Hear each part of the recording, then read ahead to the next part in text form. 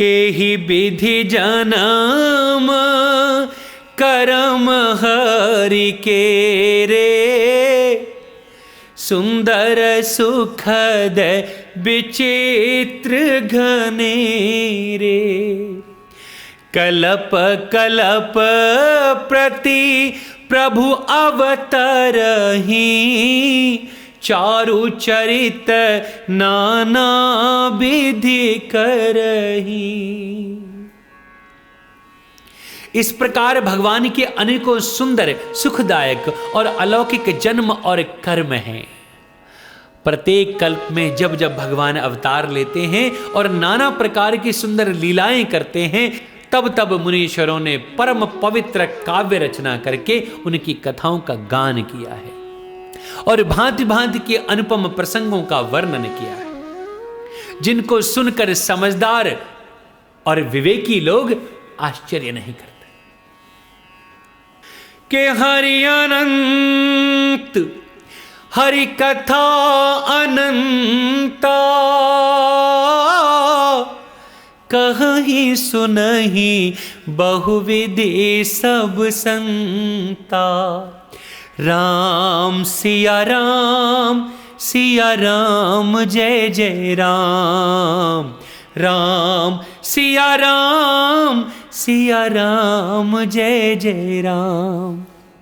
श्री हरि अनंत हैं, उनका कोई पार नहीं पा सकता और उनकी कथा भी अनंत है। सब संत लोग उसे बहुत प्रकार से कहते सुनते हैं। श्री रामचंद्र जी के सुंदर चरित्र करोड़ों कल्पों में भी गाए नहीं जा सकते। भगवान शिव कहते हैं कि हे पार्वती, मैंने यह बतलाने के लिए इस प्रसंग को कहा कि ज्ञानी मुनि भी भगवान की माया से मोहित हो जाते हैं। प्रभु कौतुकी हैं और शरणागत का हित करने वाले हैं। वे सेवा करने में बहुत सुलभ और सब दुखों को हरने वाले। देवता, मनुष्य और मुनियों में ऐसा कोई नहीं है जिसे भगवान की महान बलवती माया मोहित न कर दे। मन में ऐसा विचार कर उस महामाया के स्वामी श्री भगवान का भजन करना चाहिए। हे गिरिराज कुमारी, अब भगवान के अवतार का वे दूसरा कारण भी सुनो। मैं उसकी विचित्र कथा विस्तार करके कहता हूं, जिस कारण से जन्म रहित, निर्गुण, रूप रहित, अव्यक्त सच्चिदानंद घन ब्रह्म अयोध्यापुरी के राजा हुए। जिन प्रभु श्री रामचंद्र जी को तुमने भाई लक्ष्मण जी के साथ मुनियों का सा वेश धारण किए वन में फिरते देखा था, और हे भवानी, जिनके चरित्र देखकर सती के शरीर में तुम ऐसी बावली हो गई थी कि अब भी तुम्हारे उस बावलेपन की छाया नहीं मिटती, उन्हीं के भ्रमरूपी रोग के हरण करने वाले चरित्र सुनो। उस अवतार में भगवान ने जो जो लीला की, वे सब मैं अपनी बुद्धि के अनुसार तुम्हें सब कहूंगा। तब याज्ञवल्क्य जी ने कहा, हे भरद्वाज, भगवान शंकर के वचन सुनकर मां पार्वती जी सकुचाकर प्रेम सहित मुस्काई। फिर भगवान वृषकेतु, जिस कारण से भगवान का वह अवतार हुआ था, उसका वर्णन करने लगे कि सो मैं तुम सन कहूं सब, सुन मुनीस मन लाई। राम कथा कलिमल हरनि, मंगल करनि सुहाई। हे मुनीश्वर भरद्वाज, मैं सब तुमसे कहता हूं, मन लगाकर सुनो। भगवान श्री रामचंद्र जी की कथा कलयुग के पापों को हरने वाली, कल्याण करने वाली और बड़ी सुंदर है। स्वयंभुव मनु और उनकी पत्नी शतरूपा, जिनसे मनुष्य की यह अनुपम सृष्टि हुई, उन दोनों पति पत्नी के धर्म और आचरण बहुत अच्छे थे। आज भी वेद जिनकी मर्यादा का गान करते हैं। राजा उत्तानपाद उनके पुत्र थे, जिनके पुत्र प्रसिद्ध हरिभक्त ध्रुव जी हुए। उन मनु जी के छोटे लड़के का नाम प्रियव्रत था, जिसकी प्रशंसा वेद और पुराण करते हैं। पुनः देवहूति उनकी कन्या थी, जो कर्दम मुनि की प्यारी पत्नी हुई और जिन्होंने आदिदेव दीनों पर दया करने वाले समर्थ एवं कृपालु भगवान कपिल को गर्भ में धारण किया। तत्वों का विचार करने में अत्यंत निपुण जिन कपिल भगवान ने सांख्य शास्त्र का प्रकट रूप में वर्णन किया, उन स्वयंभुव मनु जी ने बहुत समय तक राज्य किया और सब प्रकार से भगवान की आज्ञा का पालन किया। घर में रहते बुढ़ापा आ गया, परंतु विषयों से वैराग्य नहीं होता। इस बात को सोचकर उनके मन में बड़ा दुख हुआ कि श्रीहरि की भक्ति बिना जन्म यों ही चला गया। तब मनु जी ने अपने पुत्र को जबरदस्ती राज देकर स्वयं स्त्री सहित वन को गमन किया। अत्यंत पवित्र और साधकों को सिद्ध देने वाला तीर्थों में श्रेष्ठ नैमिषारण्य प्रसिद्ध है। वहां मुनियों और सिद्धों के समूह बसते हैं। राजा मनु हृदय में हर्षित होकर वहीं चले। वे धीर बुद्धि वाले राजा रानी मार्ग में जाते हुए ऐसे सुशोभित हो रहे थे मानो ज्ञान और भक्ति ही शरीर धारण किए जा रहे हो। चलते चलते वे गोमती के किनारे जा पहुंचे। हर्षित होकर उन्होंने निर्मल जल में स्नान किया। उनको धर्म धुरंधर राज ऋषि जानकर सिद्ध और ज्ञानी मुनि उनसे मिलने आए। जहां जहां सुंदर तीर्थ थे, मुनियों ने आदर पूर्वक सभी तीर्थ उनको करा दिए। उनका शरीर दुर्बल हो गया था। वे मुनियों के से वल्कल वस्त्र धारण करते थे और संतों के समाज में नित्य पुराण सुनते थे और द्वादशाक्षर मंत्र ओम नमो भगवते वासुदेवाय का प्रेम सहित जप किया करते थे। भगवान वासुदेव के चरण कमलों में उन राजा रानी का बहुत ही मन लग गया था। वे साग, फल और कंद का आहार किया करते थे और सच्चिदानंद ब्रह्म का स्मरण करते थे। फिर वे श्रीहरि के लिए तप करने लगे और मूल फल को त्याग कर केवल जल के आधार पर ही रहने लगे। हृदय में निरंतर यही अभिलाषा हुआ करती थी कि हम कैसे उन परम प्रभु को आंखों से देखें, जो निर्गुण, अखंड, अनंत और अनादि है और परमार्थवादी है। लोग जिनका चिंतन किया करते हैं, जिन्हें वेद नेति नेति यह भी नहीं कहकर निरूपण करते हैं, जो आनंद स्वरूप उपाधि रहित और अनुपम है एवं जिनके अंश से अनेकों शिव, ब्रह्मा और भगवान विष्णु प्रकट होते हैं। ऐसे महान प्रभु भी सेवक के वश में हैं और भक्तों के लिए दिव्य लीला विग्रह धारण करते हैं। यदि वेदों में यह वचन सत्य कहा है तो हमारी अभिलाषा भी अवश्य पूरी होगी, अवश्य पूरी। इस प्रकार जल का आहार करके तप करते 6000 वर्ष बीत गए। फिर 7000 वर्ष वे वायु के आधार पर रहे। 10,000 वर्ष तक उन्होंने वायु का आधार भी छोड़ दिया। दोनों एक पैर से खड़े रहे। उनका अपार तप देखकर ब्रह्मा, विष्णु और भगवान शिव कई बार मनु जी के पास आए। उन्होंने इन्हें अनेक प्रकार से ललचाया और कहा कि कुछ वर मांगो, पर ये परम धैर्यवान राजा रानी अपने तप से किसी के डिगाए नहीं डिगे। यद्यपि उनका शरीर हड्डियों का ढांचा मात्र रह गया था, फिर भी उनके मन में जरा भी पीड़ा नहीं थी। सर्वज्ञ प्रभु ने अनन्य गति यानी आश्रय वाले तपस्वी राजा रानी को निज दास जाना। तब परम गंभीर और कृपा रूपी अमृत से सनी हुई ये आकाशवाणी हुई कि वर मांगो, वर मांगो। मुर्दे को भी जिला देने वाली ये सुंदर वाणी कानों के छेदों से होकर जब हृदय में आई, तब राजा रानी के शरीर ऐसे सुंदर और हृष्ट पुष्ट हो गए मानो अभी घर से आए हो। कानों में अमृत के समान लगने वाले वचन सुनते ही उनका शरीर पुलकित और प्रफुल्लित हो गया। तब मनु जी दंडवत होकर बोले, प्रेम हृदय में समाता न था। हे प्रभु सुनिए, आप सेवकों के लिए कल्प वृक्ष और कामधेनु हैं। आपके चरण रज की ब्रह्मा, विष्णु और शिवजी भी वंदना करते हैं। आप सेवा करने में सुलभ हैं तथा सब सुखों के देने वाले हैं। आप शरणागत के रक्षक और जड़ चेतन के स्वामी हैं। हे अनाथों का कल्याण करने वाले, यदि हम लोगों पर आपका स्नेह है तो प्रसन्न होकर यह वर दीजिए कि आपका जो स्वरूप शिव जी के मन में बसता है और जिस प्रकार की प्राप्ति के लिए मुनि लोग यत्न करते हैं, जो काक भुषुंडी जी के मन रूपी मानसरोवर में विहार करने वाला हंस है, सगुण और निर्गुण कहकर वेद जिसकी प्रशंसा करते हैं, हे शरणागत के दुख मिटाने वाले प्रभु, ऐसी कृपा कीजिए कि हम उसी रूप को नेत्र भर कर देखें। राजा रानी के कोमल, विनयुक्त और प्रेम रस में पगे हुए वचन भगवान को बहुत ही प्रिय लगे। भक्त वत्सल, कृपा निधान, संपूर्ण विश्व के निवास स्थान या समस्त विश्व में व्यापक सर्व समर्थ भगवान प्रकट हो गए। कि नील सरोरुह नील मणि, नील नीर धर श्याम, लाजहि तन शोभा निरखि, कोटि कोटि सतकाम।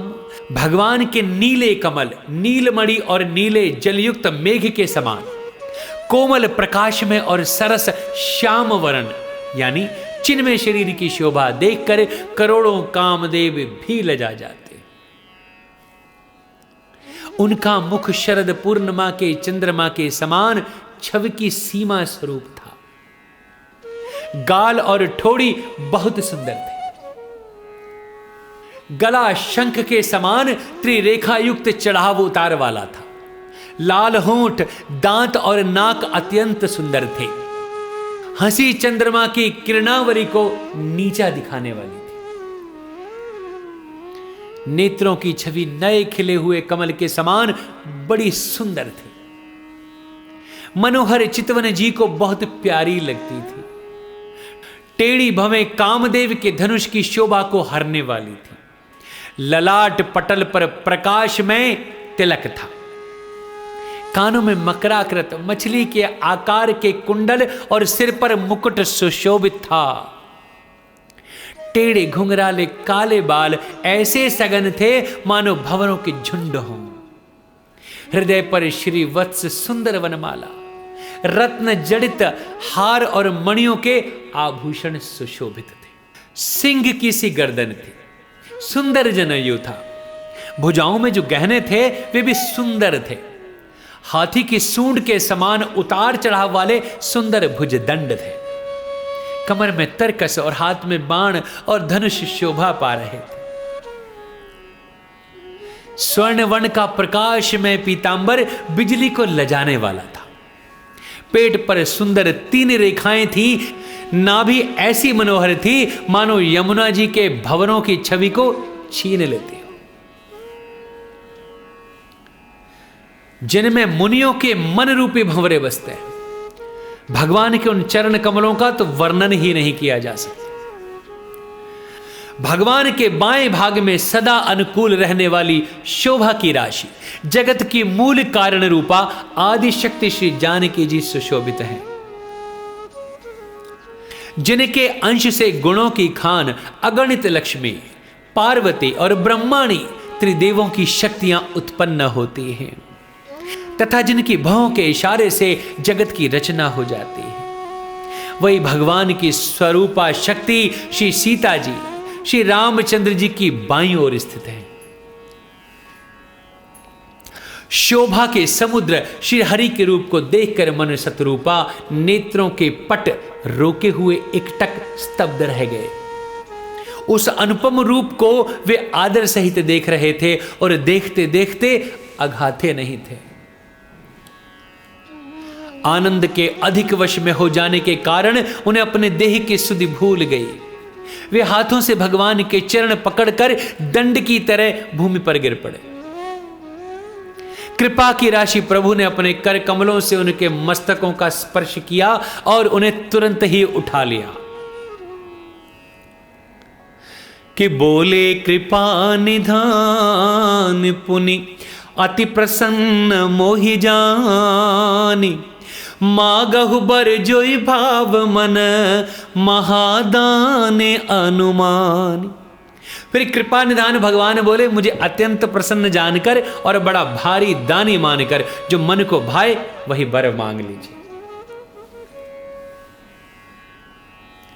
प्रभु के वचन सुनकर दोनों हाथ जोड़कर और धीरज धरकर राजा ने कोमल वाणी कही, हे नाथ, आपके चरण कमलों को देखकर अब हमारी सारी मनोकामनाएं पूरी हो गई। फिर भी मन में एक बड़ी लालसा है, उसका पूरा होना सहज भी है और अत्यंत कठिन भी। इसी से उसे कहते नहीं बनता। हे स्वामी, आपके लिए तो उसका पूरा करना बहुत सहज है, पर मुझे अपनी कृपणता यानी दीनता के कारण वह अत्यंत कठिन मालूम होता है। जैसे कोई दरिद्र कल्प वृक्ष को पाकर भी अधिक द्रव्य मांगने में संकोच करता है क्योंकि वह उसके प्रभाव को नहीं जानता, वैसे ही मेरे हृदय में संशय हो रहा है। हे स्वामी, आप तो अंतर्यामी हैं, इसलिए उसे जानते ही हैं। मेरा वह मनोरथ पूरा कीजिए। तब भगवान ने कहा, हे राजन, संकोच छोड़कर मुझसे मांगो, तो मैं ना दे सकूं ऐसा मेरे पास कुछ भी नहीं है। तब राजा ने कहा, हे दानियों के शिरोमणि, हे कृपा निधान, हे नाथ, मैं अपने मन का सच्चा भाव कहता हूं कि मैं आपके समान पुत्र चाहता हूं। प्रभु से भला क्या छिपाना। राजा की प्रीति देखकर और उनके अमूल्य वचन सुनकर करुणा निधान भगवान बोले, ऐसा ही हो, तथास्तु। हे राजन, मैं अपने समान दूसरा कहां जाकर खोजूं, अतः स्वयं ही आकर तुम्हारा पुत्र बनूंगा। बोलिए श्री रामचंद्र भगवान की जय। शत्रुपा जी को हाथ जोड़े देखकर भगवान ने कहा, हे देवी, तुम्हारी जो इच्छा हो सो वर मांग लो। तब शत्रुपा ने कहा, हे नाथ, चतुर राजा ने जो वर मांगा, हे कृपालु, वह मुझे बहुत ही प्रिय लगा। परंतु हे प्रभु, बहुत डिठाई हो रही है। यद्यपि हे भक्तों का हित करने वाले, वे डिठाई भी आपको अच्छी ही लगती है। आप ब्रह्मा आदि के भी पिता यानी उत्पन्न करने वाले, जगत के स्वामी और सबके हृदय के भीतर की जानने वाले ब्रह्म हैं। ऐसा समझने पर मन में संदेह होता है, फिर भी प्रभु ने जो कहा वही प्रमाण सत्य है। मैं तो यह मांगती हूं कि हे नाथ, आपके जो निज जन हैं, वे जो अलौकिक अखंड सुख पाते हैं और जिस परम गति को प्राप्त होते हैं, हे प्रभु, वही सुख, वही गति, वही भक्ति, वही अपने चरणों में प्रेम, वही ज्ञान और वही रहन सहन कृपा करके हमें दे दीजिए। रानी की कोमल, गूढ़ और मनोहर श्रेष्ठ वाक्य रचना सुनकर कृपा के समुद्र भगवान कोमल वचन बोले, तुम्हारे मन में जो कुछ इच्छा है ना, वे सब मैंने तुमको दिया है, इसमें कोई संदेह न समझना। हे माता, मेरी कृपा से तुम्हारा अलौकिक ज्ञान कभी नष्ट नहीं होगा। तब मनु ने भगवान के चरणों की वंदना करके कहा, हे प्रभु, मेरी विनती एक और है। आपके चरणों में मेरी वैसी ही प्रीति हो जैसी पुत्र के लिए पिता की होती है, चाहे मुझे कोई बड़ा भारी मूर्ख ही क्यों ना कहे।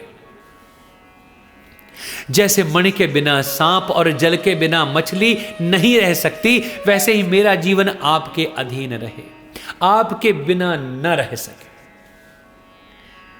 ऐसा वर मांगकर राजा भगवान के चरण पकड़ कर रह गए। तब दया के निधान भगवान ने कहा, ऐसा ही होगा। अब तुम मेरी आज्ञा मानकर देवराज इंद्र की राजधानी अमरावती में जाकर वास करो। हे तात, वहां स्वर्ग के बहुत से भोग भोग कर कुछ काल बीत जाने पर तुम अवध के राजा होगे, तब मैं तुम्हारा पुत्र बनूंगा। इच्छा निर्मित मनुष्य रूप सजकर मैं तुम्हारे घर प्रकट होऊंगा। हे तात, मैं अपने अंशों सहित देह धारण करके भक्तों को सुख देने वाले चरित्र करूंगा। जिन चरित्रों को बड़े भाग्यशाली मनुष्य आदर सहित सुनकर ममता और मद त्याग कर भवसागर से तर जाएंगे। आदि शक्ति यह मेरी स्वरूप भूता माया भी जिसने जगत को उत्पन्न किया है अवतार लेगी। इस प्रकार मैं तुम्हारी अभिलाषा पूरी करूंगा। मेरा प्रण सत्य है, सत्य है, सत्य है। कृपा निधान भगवान बार बार ऐसा कहकर अंतर ध्यान हो गए।